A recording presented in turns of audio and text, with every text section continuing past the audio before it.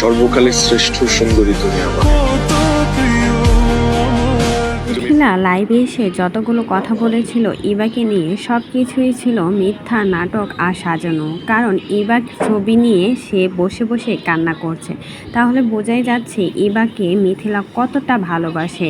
এবার বিয়ে হয়ে গেছে, যে ছেলেটার সাথে ভিডিও করতেছিল সেই ছেলের সাথেই নাকি এবার মা বিয়ে দিয়েছে টাকার লোভে, এমনটাই বলেছিল মিথিলা লাইভে এসে। আসলেই কিন্তু মিথিলা আর ইবার সম্পর্ক অনেক ভালো ছিল, কিন্তু তাদের মাঝে হঠাৎ করে অনেক বেশি ঝামেলা হয়। আর অনেকেই তো ভেবেছিল মিথিলা আর ইবা নাকি বিয়ে করে নিয়েছে। আসলে মেয়ে আর মেয়ে হয়ে কিভাবে বিয়ে করে নেয় সেটা বোঝা বড় দায়, কারণ তাদের যে চলাফেরা দেখে বোঝাই যেত তারা হচ্ছে স্বামী স্ত্রী। তবে এবার বিয়ে হয়ে যাওয়াতে অনেক বেশি কষ্ট পেয়েছে মিথিলা, আর সেজন্যই কিন্তু সে লাইভে এসে উল্টাপাল্টা কথা বলেছে। একটারও ভিত্তিহীন প্রমাণ দিতে পারে নাই মিথিলা। অথচ ইবা দীপ্তি কিন্তু ভালো আছে তার হাজব্যান্ডের সাথে, আর তার হাজব্যান্ডকে দেখেই কিন্তু জ্বলে পুড়ে ছারখার হয়ে যাচ্ছে মিথিলা। মিথিলা কিন্তু মনে মনে ইবাকে কিন্তু অনেক বেশি ভালোবাসতো মিথিলা।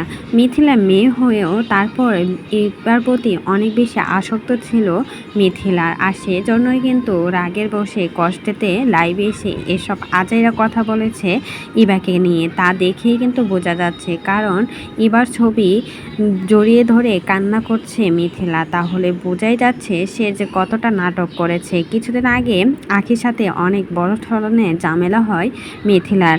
আখি বলেছিল ইবাকে নিয়ে নাকি মিথিলা পালিয়ে গিয়েছিল, সে একজন মেয়ে হয়ে আরেকজন মেয়েকে নিয়ে পালিয়েছিল। সবাই তো বলছিল মিথিলা নাকি লেসবিয়ান, সে নাকি মেয়েও না ছেলেও না, আর সেজন্যই নাকি মেয়েদের প্রতি অনেক বেশি আসক্ত হয় মিথিলা। সেজন্যই ইবাকে তার অনেক আগে থেকেই ভালো লাগতো, আর এখন ইবার সাথেও তার কোনো কথাবার্তা হয় না। আর এদিকে এবারও বিয়ে হয়ে গেছে, আর সেজন্যই কিন্তু অনলাইনে এসে নাটকটা করে গেল মিথিলা। মিথিলা কিন্তু কোনো প্রমাণ দিতে পারলো না ইবাকে নিয়ে। আসলে সব কিছুই যে মিথ্যা আর নাটক, আর ইবা যে এই ছেলের সাথে ভিডিও বানাচ্ছে আর এবার বিয়ে হয়ে গেছে, সেজন্যই কিন্তু এই নাটকগুলো করেছে। তো এই বিষয়ে কোনো মতামত থাকলে সেটা কিন্তু অবশ্যই আমাদের কমেন্ট বক্সে কমেন্টে জানাতে বলবেন না।